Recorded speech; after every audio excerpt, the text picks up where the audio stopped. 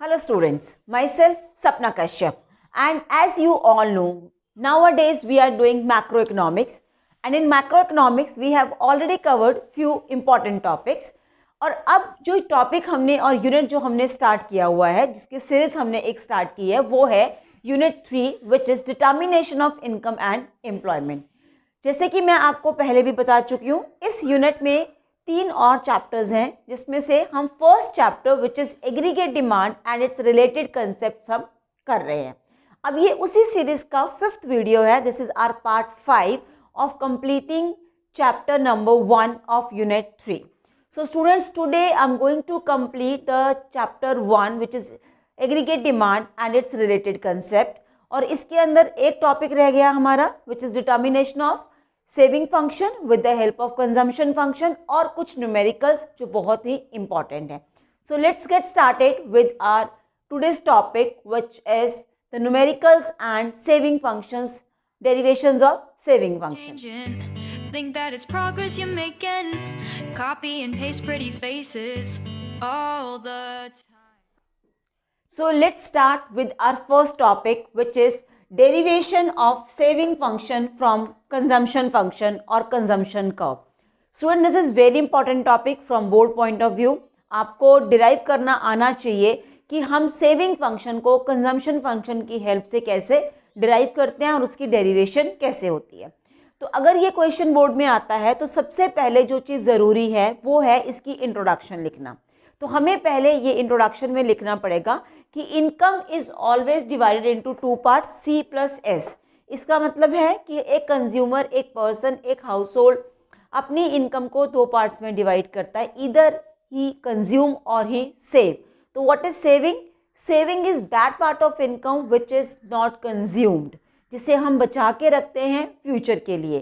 तो अगर मेरे पास कंजम्पशन और इनकम गिवन है तो मैं सेविंग कैसे कैलकुलेट करूंगी? मैं इनकम में से कंजम्पशन को माइनस कर दूंगी। फॉर एग्जांपल आप यहाँ मान लो कि मेरी इनकम जो है लेट वो 100 रुपीज़ है और कंजम्पशन 80 रुपीज़ है, राइट। अब मुझे अगर सेविंग निकालनी है तो मैं क्या करूँगी? सेविंग निकालने के लिए इनकम 100 में से कंजम्पशन को माइनस कर दूंगी, तो सेविंग आ गया ₹20। सेम ऐसे ही इसी सेम डेरिवेशन को या तो हम स्केड्यूल की हेल्प से शो कर सकते हैं या डायग्राम की हेल्प से। स्टूडेंट्स, अगर ये क्वेश्चन स्केड्यूल की हेल्प से आता है, अगर ये क्वेश्चन इस तरह से आता है कि derive consumption function saving function from consumption function with the help of a schedule, तो ये बहुत ईजी है। आपको मैंने लास्ट वीडियो में एक टेबल करवाया था, उस स्केड्यूल करवाया था। उस टेबल या स्केड्यूल में अगर आप देखोगे तो मैंने आपको इनकम दिखाई थी और कंजम्पशन। अब जब मैंने इनकम में से कंजम्पशन को माइनस किया तो सेविंग आ गया और हम उसकी एक्सप्लेनेशन लिख देंगे और हमारा क्वेश्चन पूरा हो जाएगा। बट अभी जो मैं आपको फ़िलहाल करवाऊंगी वो मैं आपको इसको सेविंग कर्व को हम कैसे डिराइव करेंगे कंजम्पशन कर्व की हेल्प से मैं आपको ये सिखाऊंगी। स्टूडेंट्स, मैं आपको इसे ड्रॉ कैसे करना है ये सिखाऊंगी। आप देखिए, this is O X axis and this is O Y axis. I have taken 2 more axis, O Y axis and O X axis. On O X axis I am taking income और you can say employment also, anything you can take income, or this is a national income. On OY axis here I am taking consumption and on this diagram I am taking saving. तो यहाँ तक बिल्कुल clear है। ओ X axis पे हमने income ली, O Y axis पे नीचे वाले डायग्राम में let if it's diagram B and this is diagram A, तो बी में ओ वाई एक्सिस पे हमने सेविंग ली, ओ वाई एक्सिस पे कंजम्पशन ली ए डायग्राम में और ओ एक्स एक्सिस पर इनकम ली। अब देखिए, as we all are aware income is always at 45 degree, this is income and this is also known as a S also. ये है मेरा कंजम्पशन कर्व, ये हमने लास्ट वीडियो में किया है। प्लीज़ इसको अगर यहाँ कन्फ्यूजन है कि मैंने इसे यहाँ से क्यों स्टार्ट किया तो see the last video, because उसमें मैंने आपको बहुत अच्छे से समझाया है कि कंजम्पशन कर्व कभी भी 0 से स्टार्ट नहीं होता। तो इसलिए कंजम्पशन कर्व यहाँ से स्टार्ट हुआ और ये इनकम कर्व है। यहाँ पर जहाँ इनकम और कंजम्पशन आपस में एक दूसरे को कट करते हैं, यहाँ से एक स्ट्रेट लाइन नीचे मैंने ड्रॉ कर दी। First I am giving you explanation of this diagram. इसे पॉइंट ई ले लिया और लेट ये एक पॉइंट है O Y, right. What E point is showing? E point shows that here this is, as we all are aware, this is known as a break even point. Break even point क्यों? Because here income is equal to consumption, और जहाँ पर income consumption के बराबर है उसे हम break even point कहते हैं। break even point से पहले consumption is greater than income, इसका मतलब हम कंज्यूम ज़्यादा कर रहे हैं और सेव कम कर रहे हैं। इट मीन्स जो ये गैप है, ये गैप क्या शो कर रहा है कि सेविंग्स क्या है? नेगेटिव, जिसे हम नीचे वाले डायग्राम में ड्रॉ करके दिखाएंगे। और ई पॉइंट के राइट हैंड साइड पे इनकम ज़्यादा है और कंजम्पशन कम है। इसका मतलब ये है जब इनकम ज़्यादा है कंजम्पशन कम है, मतलब मैं अपनी पूरी इनकम को खर्च नहीं कर रही, उसका कुछ पार्ट सेव कर रही हूँ। तो ये जो गैप है ये शो करेगा सेविंग्स जो है वो पॉजिटिव है। तो इसकी हेल्प से नीचे मैं सेविंग कर्व ड्रॉ करूँगी। ये देखिए, we will draw it in such a way कि सेविंग यहाँ पर ये एस सेविंग कर्व है। ये बताता है कि जब इनकम और कंजम्पशन इक्वल होंगे तो सेविंग्स क्या होंगी? एस इज इक्वल टू 0 होगा। और जब कंजम्पशन ज़्यादा है और इनकम कम है तो सेविंग क्या होंगी? नेगेटिव। और एक बार इनकम और कंजम्पशन इक्वल हो गए उसके बाद अब मेरी इनकम ज़्यादा है कंजम्पशन कम है, इसका मतलब मैं अपनी सेविंग्स का एक पार्ट बचा के चल रही हूँ और वो मैं सेव कर रही हूँ। हम ये डायग्राम ड्रॉ करेंगे और इसको एक्सप्लेन करेंगे। जब कभी भी हम कोई डायग्राम एक्सप्लेन करते हैं उसको स्टेप बाय स्टेप एक्सप्लेन करते हैं। पहले हम लिखेंगे on O X axis we have taken income and employment, on O Y axis in diagram A we are taking it consumption and on diagram B we are taking saving. अब A diagram में consumption curve is upward sloping as well as income is also upward sloping. E is the break even point where consumption is equal to income. So at this point where consumption is equal to income, this is known as break even point, and in diagram B saving will be 0 because जितना मैंने earn किया वो सारा खर्च कर दिया तो obvious है सेविंग 0 होंगी। इस पॉइंट से पहले साइकोलॉजिकल लॉ ऑफ कंजम्पशन ये कहता है कि जब तक हमारी बेसिक रिक्वायरमेंट्स पूरी नहीं होती तब तक इनकम कम होती है और कंजम्पशन ज़्यादा होती है। तो यहाँ पर जब मेरी कंजम्पशन ज़्यादा है और इनकम कम है तो ऑब्वियसली सेविंग नेगेटिव है। मींस या तो मैं बोरो कर रही हूँ कहीं से या अपनी पुरानी सेविंग्स निकाल के स्पेंड कर रही हूँ।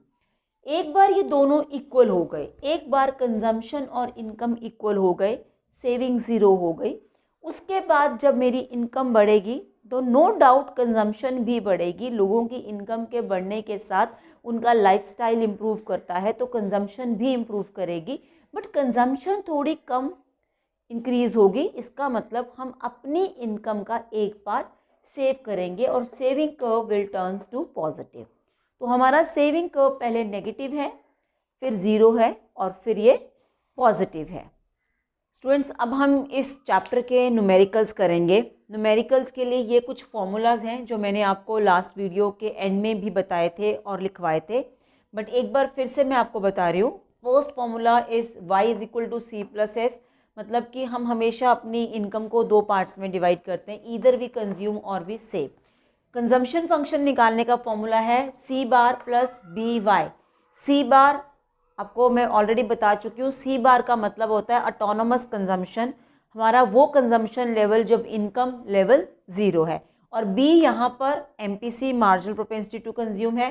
Saving function minus C bar, जो सी बार है उसी के आगे हमने नेगेटिव साइन लगा दिया, ऑटोनोमस सेविंग आ जाएगी। 1 माइनस बी का मतलब होता है marginal propensity to save into income. APC का formula C upon Y, APS का formula S upon Y, MPC का formula delta C upon delta Y and MPS का formula delta S upon delta Y. अब इन formulas की help से हम कुछ न्यूमेरिकल्स करेंगे। पहले ये बहुत ही सिंपल न्यूमेरिकल है जो आपसे आराम से हो जाएगा। इसमें इनकम गिवन है और कंजम्पशन गिवन है, हमें यहाँ पर एपीसी और एमपीसी निकालना है। टेबल में देखो, जैसे कि आपको पता है कि यहाँ पर AP से निकालना है। AP से निकालने का फॉर्मूला होता है C/Y, मतलब कि 60/0, I will keep it dash, 110 को 100 से डिवाइड किया, ये हो जाएगा 1.1, 150 को 200 से डिवाइड किया, ये अप्रॉक्सीमेटली आ जाएगा 0.7। इस तरह से आप 180 को 300 से और 200 को 400 से डिवाइड करके APC निकाल लोगे।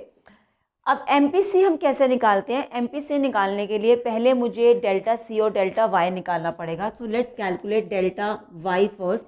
First dash 100 minus 0 100, 200 minus 100 100, 300 minus 200 100, 400 minus 300 100। अब निकालूंगी मैं डेल्टा C।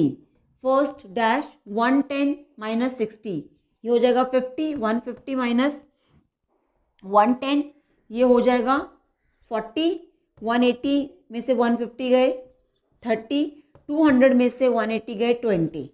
तो MPC कैलकुलेट करने के लिए हमने डेल्टा C 50/100 किया, तो ये आ गया 0.5, 40/100 0.4, 30/100 0.3 एंड 20/100 0.2। ऐसे हमने MPC निकाला। तो ये तो सिंपल है, जहाँ पर APC, MPC या फिर APS, MPS निकालना है। अब हम नेक्स्ट क्वेश्चन थोड़ा सा ट्रिकी लेते हैं और देखते हैं उसे कैसे कैलकुलेट करना है।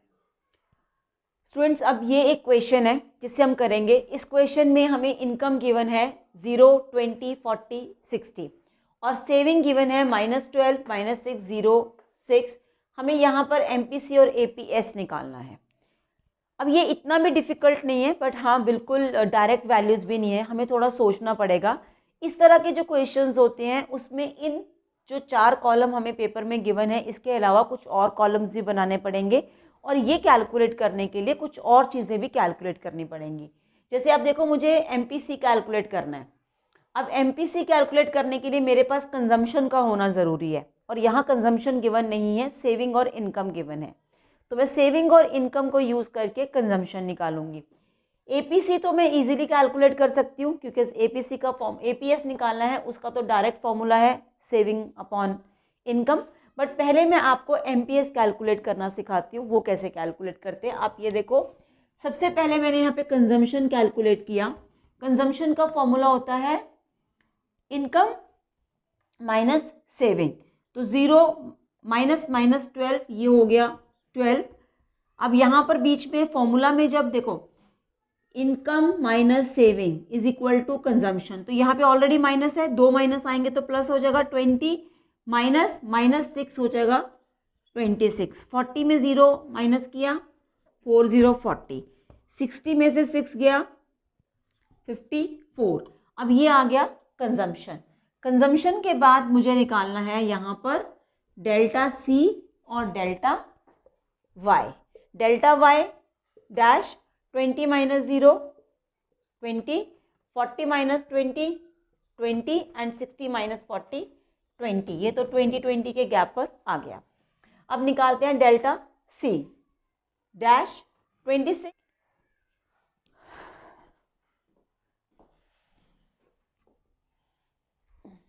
Student, let's start with another question. The question is, this is given to you, consumption is equal to 120 plus 0.4y, मतलब consumption function given है 120 plus 0.40y। अब हमें ये 3 चीज़ें कैलकुलेट करनी है। पहली चीज़ कैलकुलेट करनी है सेविंग फंक्शन, दूसरी saving function when income is equal to ₹500 crore, और तीसरा हमें वो लेवल ऑफ इनकम निकालना है जब सेविंग 0 के इक्वल होगी। लेट्स स्टार्ट फ्रॉम फर्स्ट, लेकिन सबसे पहले हमें जो चीज़ गिवन है हम उसे ऑब्जर्व करेंगे। हमें कंजम्पशन फंक्शन गिवन है, इसका मतलब कि ये जो है मेरा, ये क्या होगा C बार। C बार कितना गिवन है 120।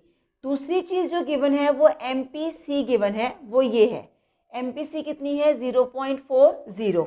ये 2 चीज़ें गिवन है, एक C बार ऑटोनोमस कंजम्पशन 120 और दूसरा मार्जिनल प्रोपेंसिटी टू कंज्यूम 0.40। पहली चीज़ निकालनी है मुझे सेविंग फंक्शन। सेविंग फंक्शन होता है -C bar plus 1 minus BY। अब इसके अकॉर्डिंग वैल्यूज़ यहाँ डाल दो। देखो S is equal to -C bar, मतलब कि ये आ गया -120।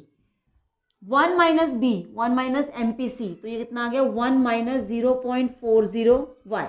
तो सेविंग फंक्शन आ गया माइनस 120, 1 में से 0.40 गए 0.60, तो 0.60y, ये आ गया सेविंग फंक्शन। मतलब हमारा फर्स्ट पार्ट सॉल्व हो गया। सेकेंड पार्ट में बोला है calculate saving function at income is ₹500 crore. मतलब आपको ये एस निकालना है जब इनकम आपको गिवन है 500 करोड़। तो इसी वाली इक्वेशन में एस माइनस 120 प्लस 0.60 और यहाँ y की जगह वैल्यू डाल दी 500।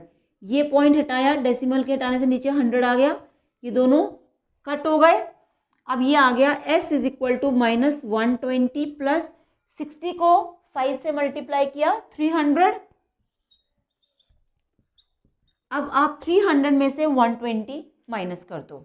300 में से 120 माइनस करके कितना आएगा, 300 में से 100 गए 200, 200 में से 20 गए 80। तो ये आ गया हमारे पास सेविंग आ गया ₹180 करोड़। ये हमारा सेकंड पार्ट भी सॉल्व हो गया। अब आप थर्ड पार्ट पे आ जाओ। थर्ड पार्ट में बोला हुआ है at what level of income saving is equal to 0। हमें वो लेवल ऑफ इनकम निकालना है जब सेविंग 0 होगी। स्टूडेंट सेविंग 0 कब होती है, अभी मैंने आपको पिछले टॉपिक में बताया, जब सेविंग 0 होती है तो उसे हम ब्रेक इवन पॉइंट बोलते हैं। और ब्रेक इवन पॉइंट तब भी होता है जब सेविंग 0 हो और इनकम कंजम्पशन के इक्वल हो। तो अगर सेविंग 0 है तो इसका मतलब इनकम किसके इक्वल है, कंजम्पशन के। Income is equal to consumption, ये मेरा कंजम्पशन कर्व है 120 प्लस 0.40y, जिसमें ये y वाले टर्म्स को मैं इसको राइट हैंड साइड से लेफ्ट हैंड साइड पे ले आई। y minus 0.40y is equal to 120। यहाँ से y कॉमन आ गया, ये बचा 1 माइनस 40 इज इक्वल टू 120। अब 1 में से 0.40 गए, ये हो गया 0.60y और 120। मतलब कि y की वैल्यू आ जाएगी 120 अपॉन 0.60।